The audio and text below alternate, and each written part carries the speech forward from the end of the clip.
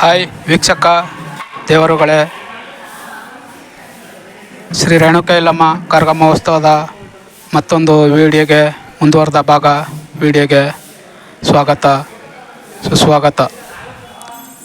ನೋಡಿ, ಹೋಮಕ್ಕೆ ಉಪಯೋಗಿಸುವ ದ್ರವ್ಯಗಳು ಇದು.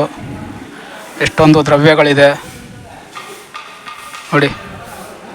ಗಣಪತಿ ಹೋಮ, ನವಗ್ರಹ ಹೋಮ, ಅಷ್ಟಲಕ್ಷ್ಮಿ ಹೋಮ, ಪರಶುರಾಮ ಹೋಮ, ಈ ಹೋಮಗಳಿಗೆ ಉಪಯೋಗಿಸುವಂಥ ದ್ರವ್ಯಗಳು ನೋಡಿ. ಹೋಮದ ಕುಂಡ ಸಿದ್ಧವಾಗಿದೆ. ಕೆಲವೇ ಗಂಟೆಗಳಲ್ಲಿ ಹೋಮ ಪ್ರಾರಂಭ ಆಗಲಿದೆ ನೋಡಿ.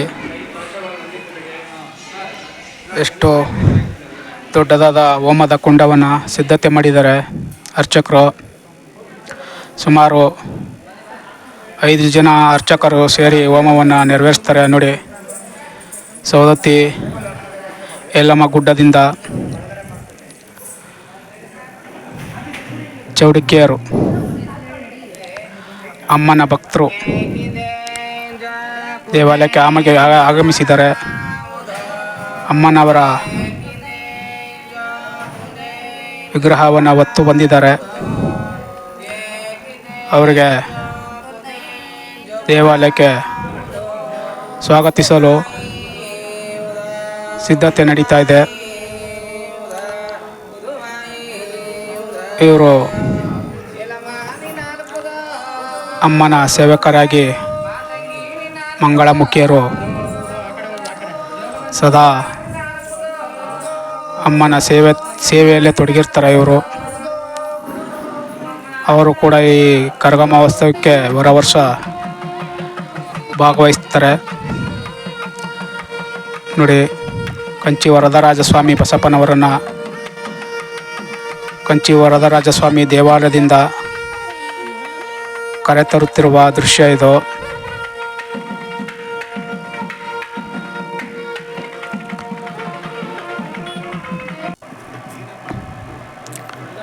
ನೋಡಿ, ಅನ್ನದಾಹೋಕ್ಕೆ ಎಲ್ಲ ಸಿದ್ಧತೆ ನಡೀತಾ ಇದೆ. ಬರುವಂಥ ಭಕ್ತಾದಿಗಳಿಗೆ ಏನು ಹೋಮದ ದಿವಸ ತಂಗಲು ಬರ್ತಾರೆ ಭಕ್ತರು, ಅವರಿಗೆ ರಾತ್ರಿ ಅನ್ನದಾಹೋಕ್ಕೆ ತಂಗುವಂಥ ಜನಕ್ಕೆ, ಬರುವಂಥ ಜನಕ್ಕೆ, ಭಕ್ತಾದಿಗಳಿಗೆ ಭೋಜನ ಅನ್ನದಾಹೋಹ ಸಿದ್ಧತೆ ನಡೀತಾ ಇದೆ ನೋಡಿ. ಇಲ್ಲಿ ಎಲ್ಲ ತರಕಾರಿಗಳನ್ನು ಎಲ್ಲ ಸಿದ್ಧಪಡಿಸ್ತಿದ್ದಾರೆ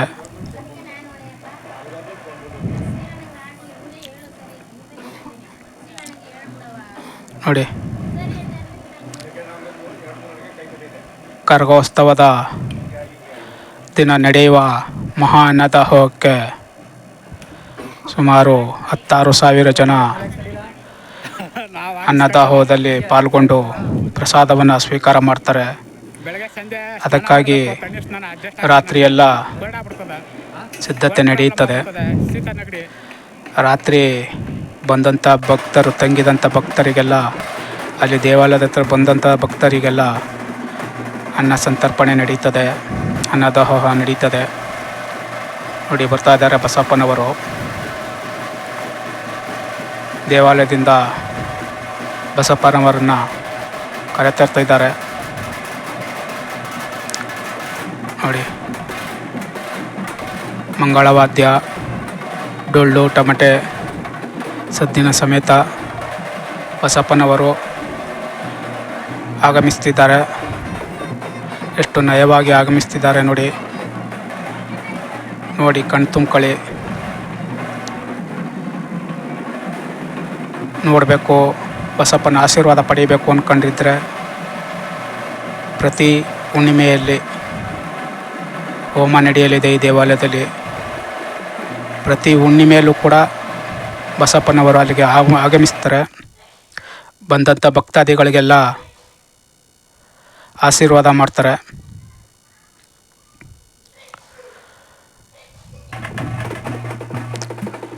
ನೋಡಿ. ಗಂಗಾ ಪೂಜೆ ನಡೆದಿದೆ. ಕಳಸ ಪೂಜೆ, ಗಂಗಾ ಕಳಸ ಪೂಜೆಯನ್ನು ಅರ್ಚಕರುಗಳು ನೆರವೇರಿಸ್ತಿದ್ದಾರೆ.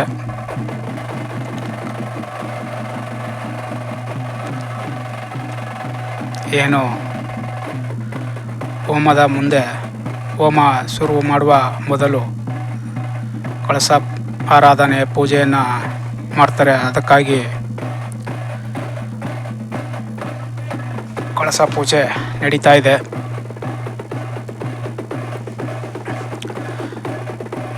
ಸುಮಾರು ಒಂದು 5 ಮುತ್ತೈದೆಯರು ಅಥವಾ 9 ಮುತ್ತೈದೆಯರಿಂದ ಕಳಸವನ್ನು ಓರಿಸಿ ಗಂಗೆ ತಡಿಯಿಂದ ದೇವಾಲಯಕ್ಕೆ ತರಲಾಗುತ್ತೆ. ಇದು ಗುರುವಾರ ರಾತ್ರಿ ಈ ಪೂಜೆಗಳೆಲ್ಲ ನೆರವೇರಿರುತ್ತೆ. ಶುಕ್ರವಾರ ಕರಗ ಮಹೋತ್ಸವ ಇರ್ತದೆ. ಹಿಂದಿನ ರಾತ್ರಿ ಈ ಪೂಜೆಗಳೆಲ್ಲ ನೆರವೇರಿರುತ್ತೆ. ಇವೆಲ್ಲ ನೋಡಬೇಕು ಅಂದ್ಕೊಂಡ್ರೆ ಹಬ್ಬದ ಕರಗದ ಹಿಂದಿನ ದಿನವೇ ಭಕ್ತ ಮಹಾಶಯರು ಬರಬೇಕಾಗುತ್ತೆ. ಬಂದು ದೇವಾಲಯದಲ್ಲಿ ಉಳಿದುಕೊಳ್ಬೇಕಾಗುತ್ತೆ, ತಂಗಬೇಕಾಗುತ್ತೆ. ಬರುವಂಥ ಭಕ್ತಾದಿಗಳಿಗೆಲ್ಲ ಉಳಿದುಕೊಳ್ಳಲು ತಂಗಲು ಸ್ಥಳದ ವ್ಯವಸ್ಥೆ ಕೂಡ ಆಗಿರ್ತದೆ. ಬೆಳಗ್ಗೆ ಕರಗದ ದಿವಸ ಬೆಳಗ್ಗೆ ಉಪಹಾರದ ವ್ಯವಸ್ಥೆ ಕೂಡ ಇರ್ತದೆ.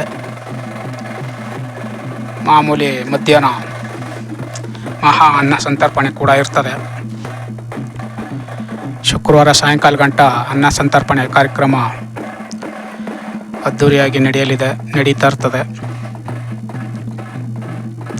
ಯಾರು ಈ ವಿಡಿಯೋ ನೋಡ್ತಾ ಇದ್ದೀರಾ ಮರೆಯದೆ ಸಬ್ಸ್ಕ್ರೈಬ್ ಮಾಡಿ, ಶೇರ್ ಮಾಡಿ, ಲೈಕ್ ಕೊಡಿ. ಇಷ್ಟ ಆದರೆ ಬಂಧು ಭಗಿನಿಯರಿಗೆಲ್ಲ ಶೇರ್ ಮಾಡಿ. ಮತ್ತೊಮ್ಮೆ ಹೇಳ್ತಾ ಇದ್ದೀನಿ, ಈ ದೇವಾಲಯದಲ್ಲಿ ಪ್ರತಿ ಹುಣ್ಣಿಮೆಗಳಲ್ಲಿ ಹೋಮ ನಡೆಯಲಿದೆ. ಬರುವಂಥ ಭಕ್ತಾದಿಗಳೆಲ್ಲ ಉಚಿತವಾಗಿ ಪಾಲ್ಗೊಳ್ಬೋದು. ದಂಪತಿ ಸಮೇತ ಪಾಲ್ಗೊಳ್ಬೋದು, ಕುಟುಂಬದ ಸಮೇತ ಪಾಲ್ಗೊಳ್ಬೋದು. ಬರುವಂಥ ಭಕ್ತಾದಿಗಳಿಗೆಲ್ಲ ಅನ್ನದಾಹವಿರ್ತದೆ. ಹಬ್ಬ ಹುಣ್ಣಿಮೆಗಳೆಲ್ಲ ವಿಶೇಷ ಪೂಜೆಗಳಿರ್ತದೆ. ಮತ್ತು ಭೀಮನ ಅಮಾವಾಸ್ಯೆಯಲ್ಲೂ ಕೂಡ ಅದ್ಧೂರಿಯಾಗಿ ಹೋಮ ಮತ್ತು ಭೀಮನ ಅಮಾವಾಸ್ಯೆಯನ್ನು ಅದ್ಧೂರಿಯಾಗಿ ಆಚರಿಸಲಾಗುತ್ತೆ. ಆಗಲೂ ಕೂಡ ಸಾವಿರಾರು ಜನಗಳು ಭಕ್ತರು ಪಾಲ್ಗೊಂಡು ತಾಯಿಯ ಆಶೀರ್ವಾದಕ್ಕೆ ಪಾತ್ರರಾಗಿರ್ತಾರೆ. ಈ ವಿಡಿಯೋ ನೋಡ್ತಿರುವಂಥ ಭಕ್ತಾದಿಗಳು ತಾವು ಕೂಡ ಬರಬೇಕು ಇಲ್ಲಿ ಅಂತ ಅನಿಸಿದ್ರೆ ಬರ್ಬೋದು. ಈ ಸ್ಥಳ ಇರೋದು ಮಂಡ್ಯದಿಂದ ಸುಮಾರು 7 ಕಿಲೋಮೀಟ್ರ್ ಅಂತರದಲ್ಲಿದೆ. ಮಂಡ್ಯ ಟು ಕೆಮ್ಮದೊಡ್ಡಿ ರಸ್ತೆ ಮಾರ್ಗವಾಗಿ ಬಂದರೆ 7 ಕಿಲೋಮೀಟ್ರಲ್ಲಿ ಸೋನಗಳ್ಳಿ ಎಂಬ ಗ್ರಾಮದಲ್ಲಿ ತಾಯಿ ನೆಲೆಗೊಂಡಿದ್ದಾರೆ. ಗ್ರಾಮದ ನಟ್ಟ ನಡುವೆ ಶ್ರೀ ಕಂಚಿರಾಜ ವರದರಾಜಸ್ವಾಮಿ ದೇವಾಲಯದ ಪಕ್ಕದಲ್ಲೇ ಜಗನ್ಮಾತೆ ಸರ್ವಶಕ್ತಿ ಆದಿಶಕ್ತಿ ಶ್ರೀ ರೇಣುಕೆಯಲ್ಲಮ್ಮ ಕೂಡ ನೆಲೆಗೊಂಡಿದ್ದಾರೆ. ಬಸಪ್ಪನವರು ಕಂಚಿ ವರದರಾಜಸ್ವಾಮಿ ಬಸಪ್ಪನವರು ಇವರು. ಆದ್ದರಿಂದ ಪ್ರತಿ ಹಬ್ಬ ಹುಣ್ಣಿಮೆಗಳಲ್ಲಿ, ಅಮಾವಾಸ್ಯೆಗಳಲ್ಲಿ, ಹುಣ್ಣಿಮೆಗಳಲ್ಲಿ ಬಸಪ್ಪನವರು ಇಲ್ಲಿಗೆ ಆಗಮಿಸಿ ಬರುವಂಥ ಭಕ್ತರಿಗೆ ಅವರು ಕೂಡ ಆಶೀರ್ವಾದ ಮಾಡ್ತಿರ್ತಾರೆ. ಯಾರು ಬೇಕಾದರೂ ಹೋಮದಲ್ಲಿ ಉಚಿತವಾಗಿ ಪಾಲ್ಗೊಳ್ಬೋದು. ನೋಡಿ, ಅರ್ಚಕರು ಬಸಪ್ಪರ ಪಾದಪೂಜೆಯನ್ನು ನೆರವೇರಿಸ್ತಿದ್ದಾರೆ.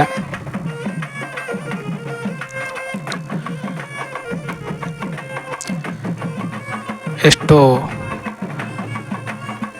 ನಯನ ಮನೋಹರವಾಗಿ ಬಸಪ್ಪನವರು ಪೂಜೆಯನ್ನು ಪಾದ ಪೂಜೆಯನ್ನು ಸ್ವೀಕರಿಸ್ತಿದ್ದಾರೆ ನೋಡಿ.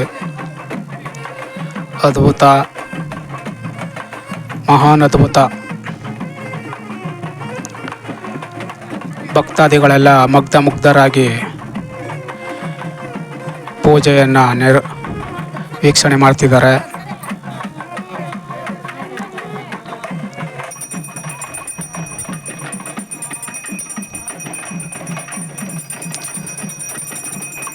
ಮಹಾಮಂಗಳಾರತಿ ನಡೀತಾ ಇದೆ ಇವಾಗ.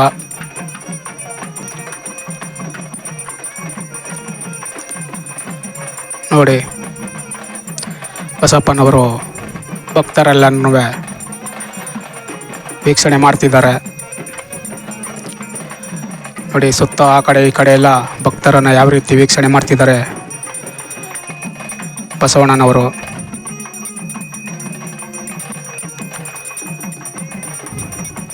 ಆ ಕಡೆ ಅನ್ನದಾಹೋಕ್ಕೆ ಸಿದ್ಧತೆ ನಡೀತಾ ಇದ್ದರೆ, ಈ ಕಡೆ ಬಸಪ್ಪನವರಿಗೆ ಪೂಜೆ ನೆರವೇರ್ತಾ ಇದೆ.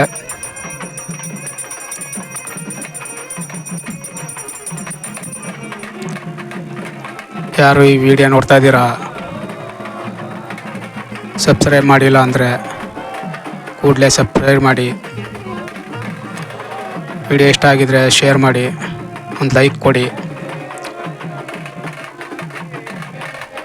ನಮ್ಮ ಸನಾತನ ಧರ್ಮದ ಉಳಿವಿಗಾಗಿ ತಾವೆಲ್ಲರೂ ಗೊತ್ತಿರುವಂಥವ್ರಿಗೆಲ್ಲ ಶೇರ್ ಮಾಡಿ. ನೋಡಿ, ಪಂಜಿನ ಕವಾಯತಲ್ಲಿ ಭಕ್ತರು 4 ದಿಕ್ಕಿಗೆ ಇಳಿ ತೆಗಿತಾರೆ.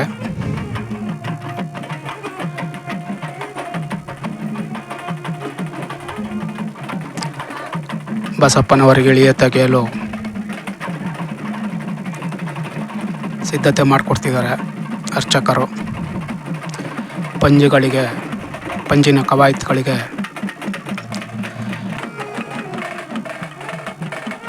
ನೋಡಿ ಇಳಿ ತೆಗಿತಾ ಇದ್ದಾರೆ. 4 ದಿಕ್ಕಿಗೂ ಕೂಡ ಇಳಿ ತೆಗೆದು ಎಲ್ಲ ದೇವತೆಗಳನ್ನು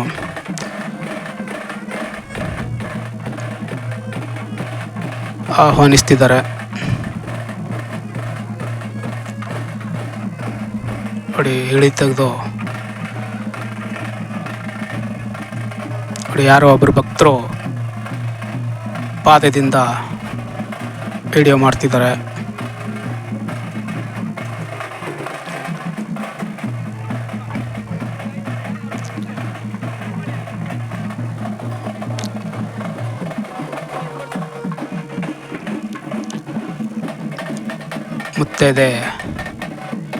ಮುತ್ತೈದೆಯರು ಕಳಸಗಳನ್ನು ಎತ್ಕೊಳ್ತಿದ್ದಾರೆ ನೋಡಿ.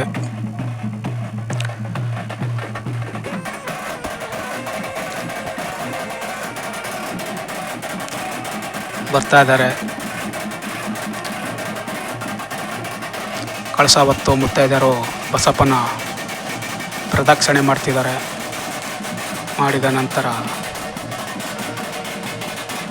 ಬಸಪ್ಪನವರು ಮತ್ತು ಕಳಸ ಹೊತ್ತ ಮುತ್ತೈದೆ ಮಹಿಳೆಯರು ದೇವಾಲಯಕ್ಕೆ ಆಗಮಿಸಲಿದ್ದಾರೆ. ನಂತರ ಕಳಸ ಪೂಜಾ ಆರಾಧನೆ ಪ್ರಾರಂಭವಾಗಲಿದೆ.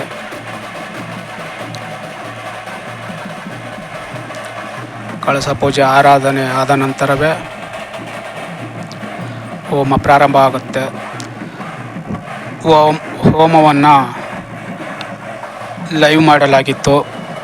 ಲೈವ್ ವಿಡಿಯೋಗಳಿದೆ ನೋಡಿ. ಲೈವ್ ವಿಡಿಯೋಗಳನ್ನು ನಮ್ಮ ಚಾನಲಲ್ಲಿ ಹೋಗಿ ಲೈವ್ ವಿಡಿಯೋಗಳನ್ನು ನೋಡಿ.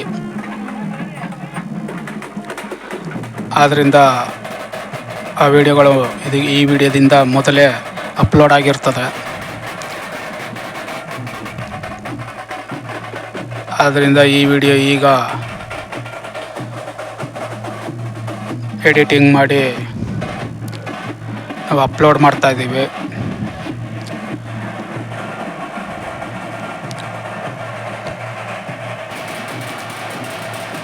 ನೋಡಿ, ಎಲ್ಲ ದೇವಾಲಯದ ಸುತ್ತ ಬಸಪ್ಪನವರು ಪ್ರದಕ್ಷಿಣೆ ಬರ್ತಿದ್ದಾರೆ.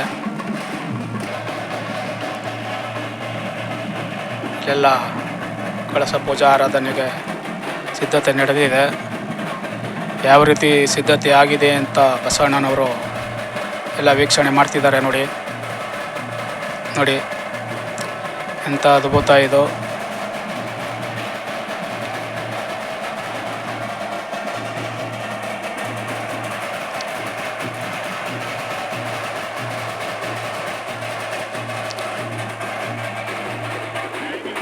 ನೋಡಿ,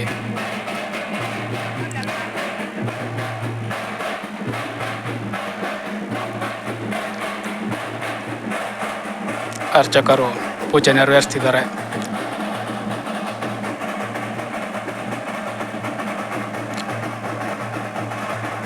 ಇನ್ನೇನು ಕಳಸ ಆರಾಧನೆ ಪೂಜೆ ಪ್ರಾರಂಭ